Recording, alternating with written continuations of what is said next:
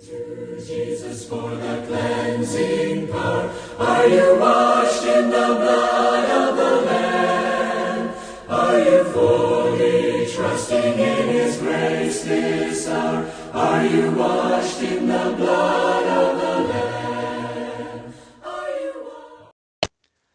Amen is the name of Jesus, and hallelujah is the highest praise. Bazalwane, after death is judgment, and after judgment, no excuse. No excuse because it is nobody's fault but yours. Amen. Bazalwane, one day I was invited, 2021. 2021, I was invited in the Northwest, la South Africa, Northwest. So la bengimenyo khona bazalwane, people were in a hall. They were in the hall, gathered in the hall. So bengimenyiwe lapho ngizophana ngesambulo, the revelation of the Lord Jesus, 2021 September.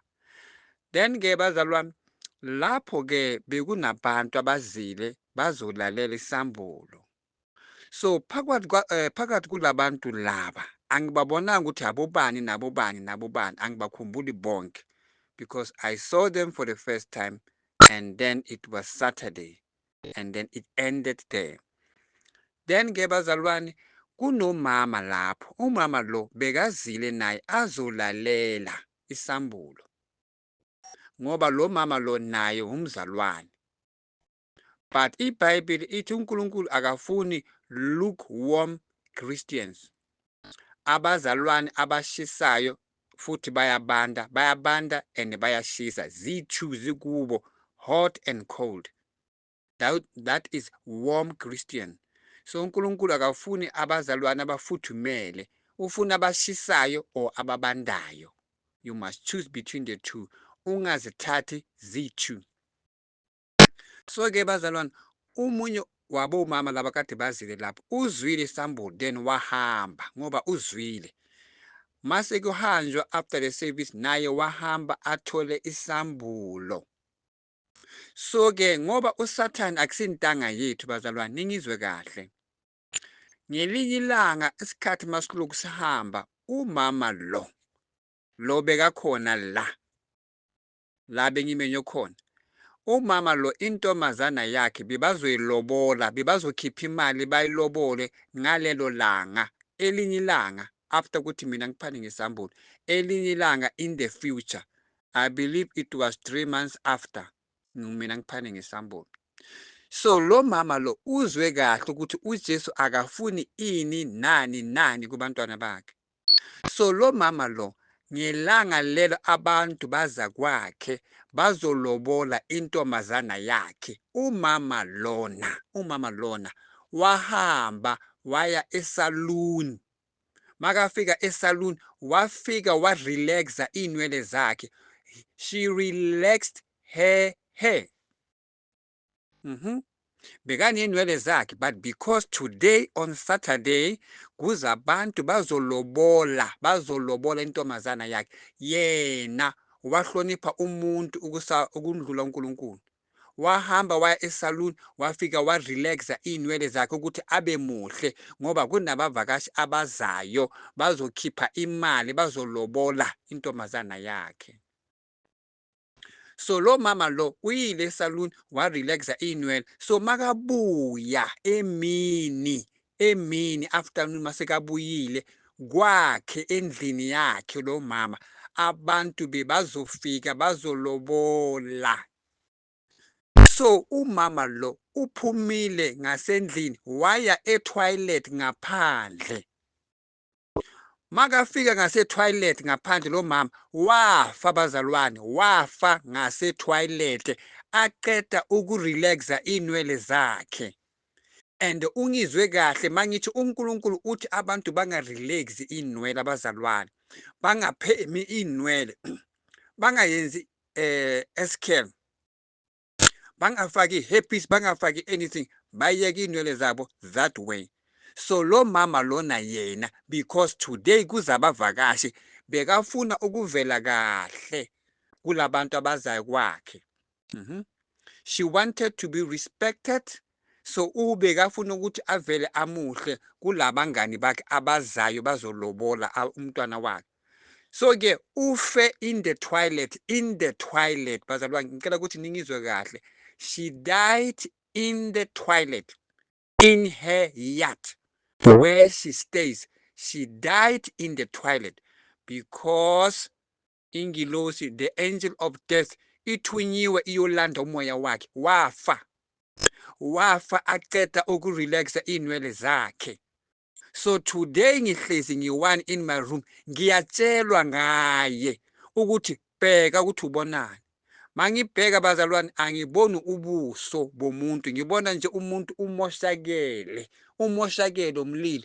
Kuthiwa lo bekakhona 2021 September uma uphana ngesambulo. Ufe in the twilight, washona in the twilight. Ufile fi akangenanga ezulwini because urelaxe inwele the very same day, wafa the very same day.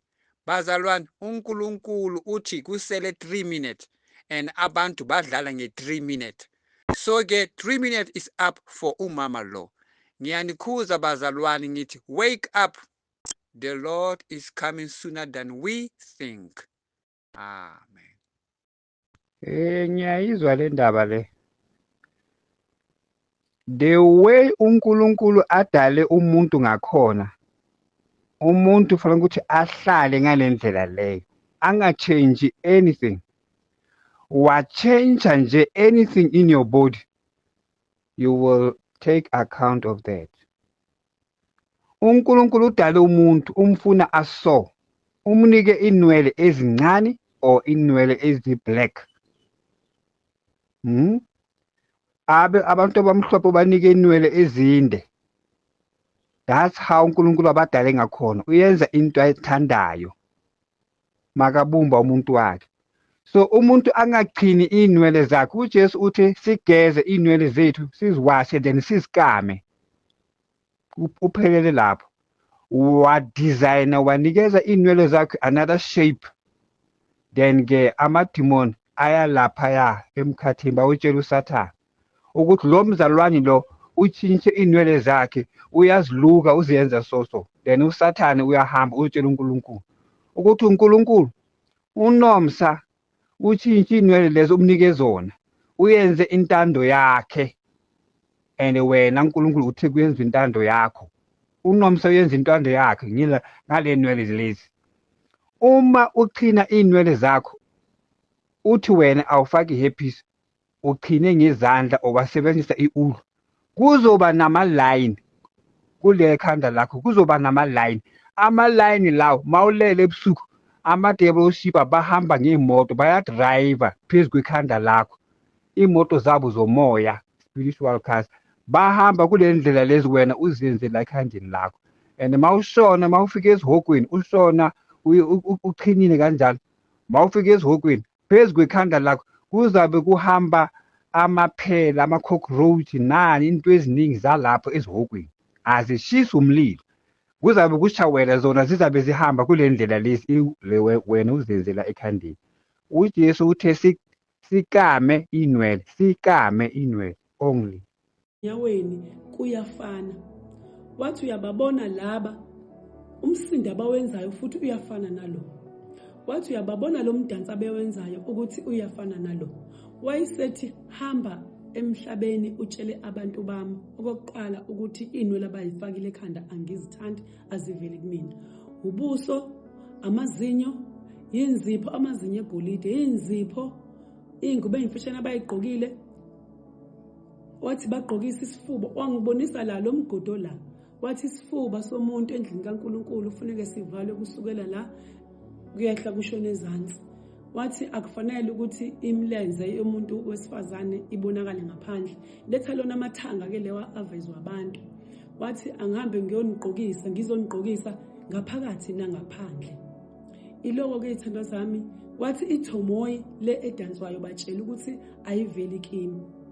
Iloko ke ngizamile The wearing of God. Is there any portion of the wearing of God? No. From the Old Testament all through it is condemned flat.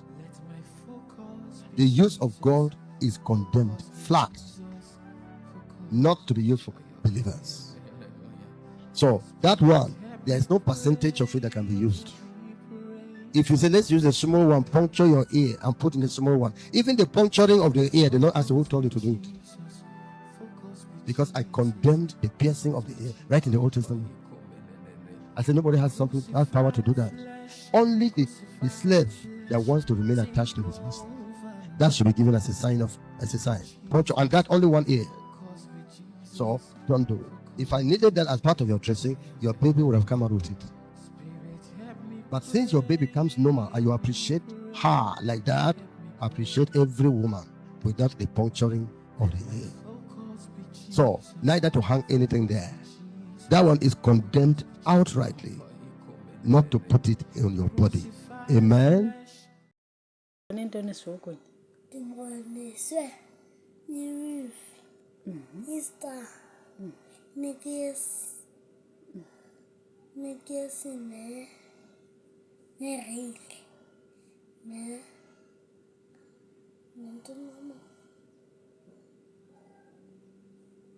Bola? Ne soccer, ne rugby, Stadium. ne stadium, ne Popeye,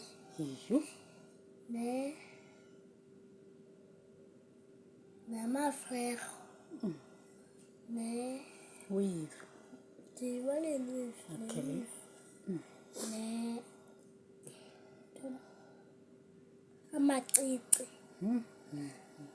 ne nto faka apha. Cici nalo. Amacici, okugqiba nala Oh, makeup. ne makeup, Yho. ne root,